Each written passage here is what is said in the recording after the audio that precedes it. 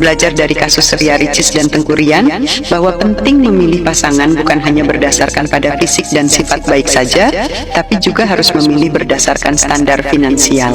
Karena sifat baik saja tidak akan menjamin dia bisa bertanggung jawab terhadap dirimu dan rumah tangga yang akan kamu jalani kelak.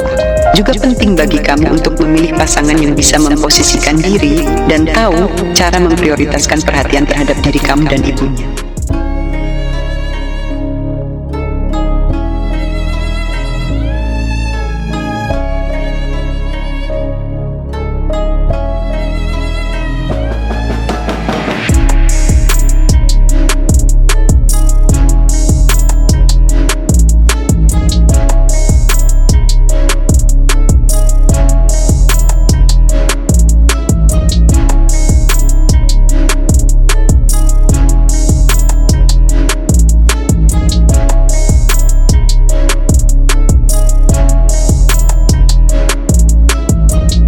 Halo sahabat fans Leslar, selamat datang kembali di channel saya Formasi Seleb yang akan menyuguhkan seputar informasi selebritis terbaru dan terupdate.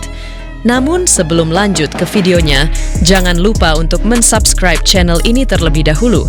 Bila Anda suka dengan videonya, jangan lupa untuk memberikan like dan tuliskanlah komentar Anda di bawah ini.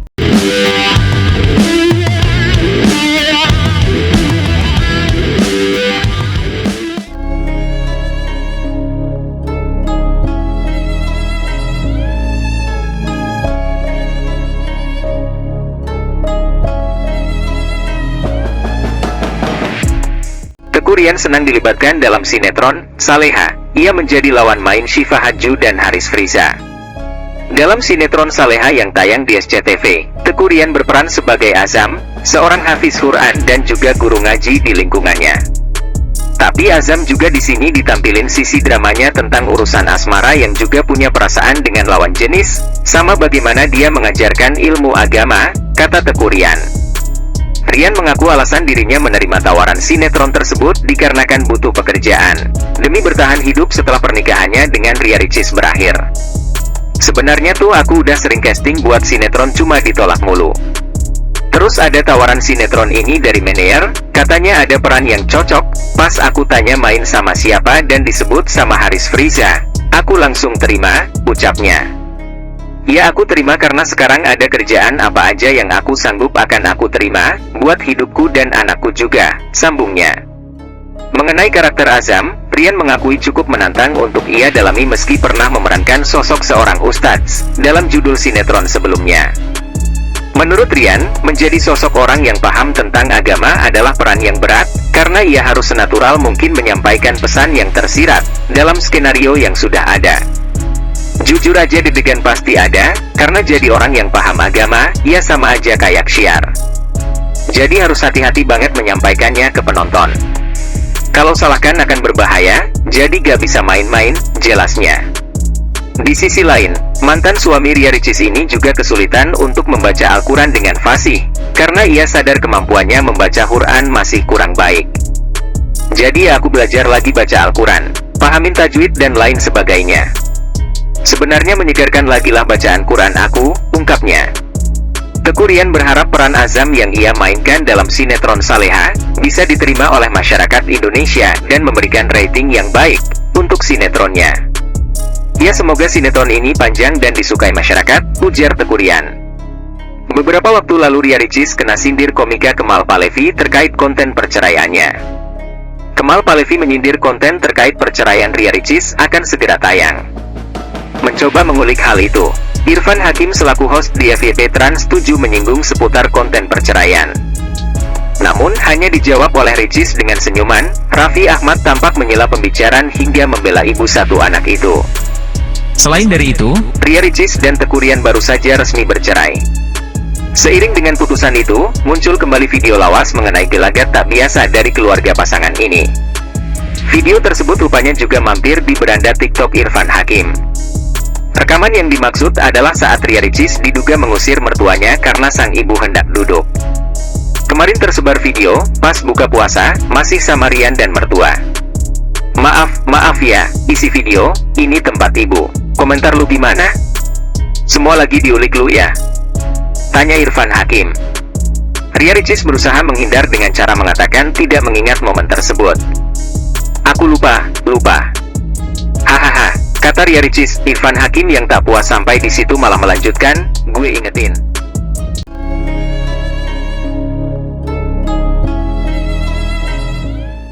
Selain dari itu, Haris Friza berikan sentilan menohok ke Ria Ricis terkait perceraiannya dengan aktor tampan Teuku Ryan. Awalnya, Haris Friza turut prihatin dengan keretakan rumah tangga Teuku Ryan dan Ria Ricis. Namun, sahabat dekat Rizky Bilar tersebut mengaku sangat kecewa dengan keputusan Ria Ricis yang menggugat Teuku Ryan ke Pengadilan Agama, Jakarta Selatan. Menariknya, menurut penuturan Haris Friza, Teuku Ryan adalah sosok yang baik dan apa adanya. Bahkan, pacar dari Devina Anjani tersebut membantah dengan keras tudingan miring yang dialamatkan kepada Teuku Ryan selama ini.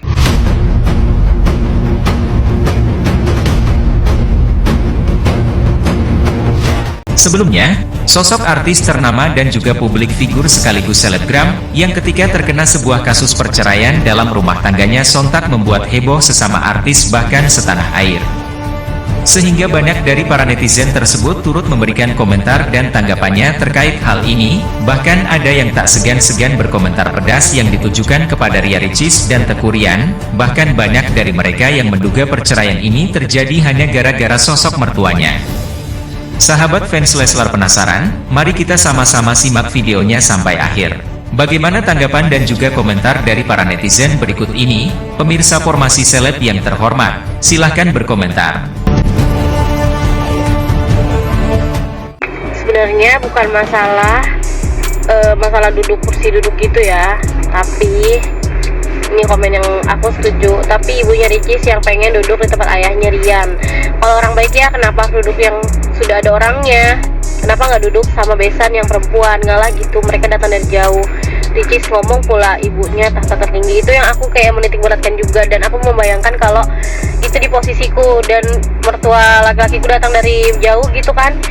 Kalau dilihat dari vlognya, itu bapaknya Rian tuh udah duduk dari jam berapa bilang mau buka puasa, udah duduk di situ. Terus tiba-tiba ibunya Ricis datang, terus yang bilang kalau adanya Rian yang bilang lihat videoku yang di bawah ini, pas itu aku udah slow mo banget kalau itu ibunya Ricis yang nyolek yang minta duduk di kursi. Maksudnya itu cuma perkara kursi doang loh bu, nggak usah terlalu aduh gitu deh, emosi jadinya. Kenapa pada ngomongin ibunya Ricis sih kita? Ya intinya ya intinya tuh bukan ibunya Ricis, maksudnya perlakuan dalam keluarga itu tuh yang membuat mungkin Rian ini jadi berpikir, kan awalnya aku nggak ada ngurusin masalah perceraian ya guys, kenapa jadi ngomongin perceraiannya? Nggak, maksud aku dari kejadian video itu aku ngerasa kalau aku jadi Rian aku akan merasakan janggal dan sakit hati. Paham nggak sih? Kita nggak ada ngomongin perceraiannya ya. Udah gitu aja sih. Jujur li, sebenarnya tuh gue nggak pengen ngebahas Ria Ricis sama Teuku Ryan karena sedikit banyaknya gue kenal lah sama mereka berdua gitu kan. Ya mereka teman gue lah gitu. Tapi ntar dulu deh, gue ngaku-ngaku temenan sama mereka, mereka ngaku nggak temenan sama gue. Ricis, Ryan, lu berdua masih ngaku kan kalau gue temen lu, gue pernah main lo ke rumah lu, gue pernah gendong Moana lo. Ya tapi karena berita mereka FYP mulu di tempat gue, ya akhirnya gue ngikutin lah tuh kan berita cerainya Ria Ricis sama Teuku Ryan gitu loh. Tapi jadi kayak pembelajaran gitu loh buat gue. Jadi pembelajaran buat gue yang belum nikah sama buat lu yang belum nikah nih ya, atau mungkin yang udah nikah juga kali, pembelajaran buat kita semuanya kalau ternyata pernikahan itu tuh bisa berakhir nggak hanya sekedar kayak KDRT, nggak hanya sekedar kayak orang ketiga, perselingkuhan, enggak. Dari kasusnya Ricis sama Ryan ini tuh ya kita jadi bisa tahu kalau perceraian itu bisa terjadi cuma perkara hal-hal kecil yang kita anggap sepele dan ternyata bisa boom besar dan akhirnya terjadilah perpisahan dan perceraian. Tapi memang bener kan dari kasusnya Ricis sama Ryan itu tuh dari keputusan pengadilannya aja tuh kita bisa tahu tentang alasan apa yang membuat Ria Ricis tuh menggugat Ryan.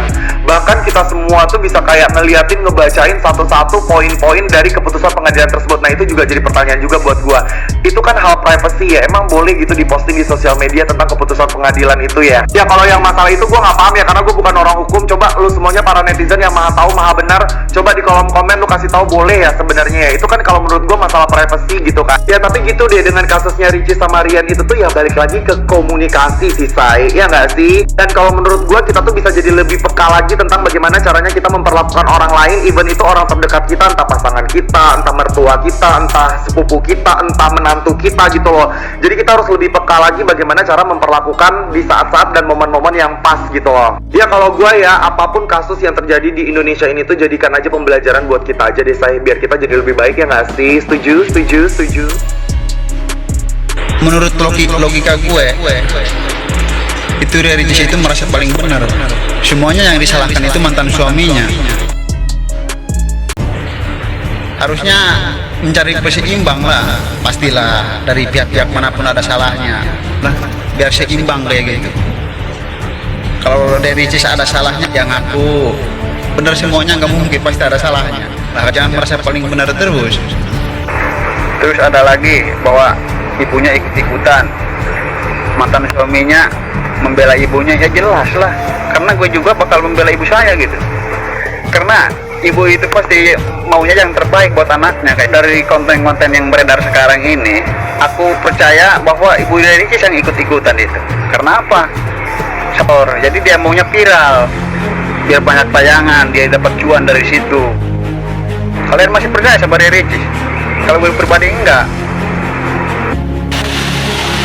Pesan untuk Ricis dan pendukung Ricis, ya, fan Ricis, dengar baik-baik saya katakan.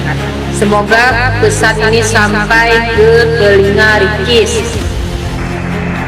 Jadi saat kita memutuskan menikah dengan seseorang, baik kita sebagai perempuan ataupun kita sebagai lelaki, jangan pernah kita memposisikan pasangan kita itu untuk memilih di antara dua. Contoh, pilih ibumu atau pilih saya. Itu jangan. Kenapa? Karena pada saat kita menikah, kita dan pasangan kita itu memang sudah satu. Kita dan pasangan kita itu memang sudah satu. Jadi antara kita dan keluarga kita itu nggak ada pilihan pilih saya atau pilih keluargamu. Itu nggak ada. Kalau seandainya orang tua salah satu pasangan kita itu menegur kita, kenapa harus bersinggung? Tentu dia menegur itu karena dia menganggap kita itu anak dia, walaupun anak menantu. Berani dia tegur karena dia anggap kita itu anak dia. Kalau orang lain mungkin nggak ditegur, nggak akan ditegur. Jika keluarga orang lain tuh nggak akan ditegur. Ini karena itu masih dia anggap anaknya, walaupun anak menantu sudah dianggap anaknya sendiri. Makanya berani dia tegur. Terus masalah yang ditegur pun sangat sepele.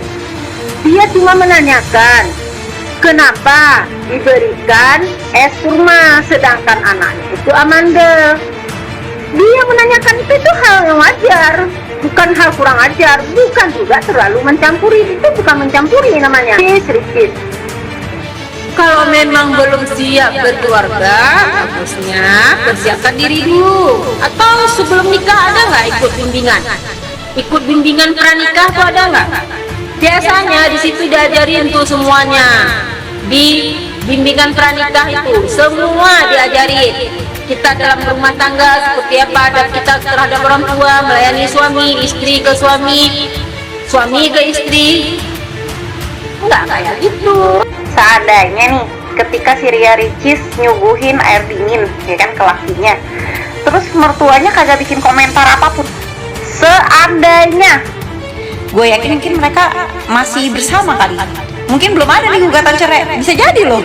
Jadi kayak dari perkara yang simple sebenarnya merembet sampai kemana-mana. Urusan apa? Urusan mertua yang terlalu ikut campur sama kehidupan pernikahan rumah tangga anaknya. Padahal idealnya, logikanya gini, ketika lu udah percaya nih buat anak lu membangun rumah tangga sendiri, ya kan, menikahi seseorang, artinya harusnya lu tuh udah percaya sama dia gitu. Jangan terlalu banyak ikut campur lagi. Konyol kan, perkara air minum gitu loh. Ini cuman air, bukan disuguhin racun, jir. Kenapa lu harus membuat komentar seperti itu? Terus yang parahnya ya memang nih mertuanya ya oke lah agak-agak gitu ya. Tapi lakinya juga mohon maaf, lu laki gitu ya, lu itu kepala keluarga. Kenapa lu kagak bisa menjaga muka istri lu depan orang tua lu, depan emak lu? Kalau lu kayak begitu, hati cewek mana, istri mana, bini mana yang tidak tersakiti sih, Lu udah memutuskan untuk menikahi dia nih, tapi lu masih ngetek di bawah ketek emak lu. Kayak mana? Udahlah, gue pikir-pikir ya, good riddance juga. Dibuang aja tuh laki macam itu. Dilihat-lihat juga modelannya modelan Mokondo juga gitu kan. Apalagi dia Ricis berduit nih, ya kan, kaya ya kan. Udah, buang dah laki kayak gitu jauh-jauh beneran. Belajar dari kasus Ria Ricis dan Tengku Rian bahwa penting memilih pasangan bukan hanya berdasarkan pada fisik dan sifat baik saja, tapi juga harus memilih berdasarkan standar finansial. Karena sifat baik saja tidak akan menjamin dia bisa bertanggung jawab terhadap dirimu dan rumah tangga yang akan kamu jalani kelak. Juga penting bagi kamu untuk memilih pasangan yang bisa memposisikan diri dan tahu cara memprioritaskan perhatian terhadap diri kamu dan ibunya. Ibu memang harus dihormati, tapi istri wajib dihargai dan diutamakan. Jadi nak, jangan terburu-buru ya. Pertimbangkan banyak hal dalam memilih pasangan. Jangan sampai kamu salah langkah hanya karena sudah terlanjur. Siapa di sini yang ngikutin kasus perceraian artis yang lagi viral sekarang? Semuanya kayaknya bisa jadi sudah tahu ya. Yang putusan sudah dibaca banyak orang gitu ya guys. Terlepas dari siapa yang salah, siapa yang benar, nah itu silahkan netizen yang menilai ya.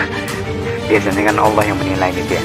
Nah, tapi kalau dari saya pribadi ada beberapa hal yang saya lihat ya, berdasarkan analisa, kemudian karena saya juga sebagai konsultan gitu ya. Pertama, hikmahnya itu nikah itu sebisa mungkin dengan orang yang sekufu dengan kita, sekufu ya. Jadi baik itu belum tentu sekufu, paham?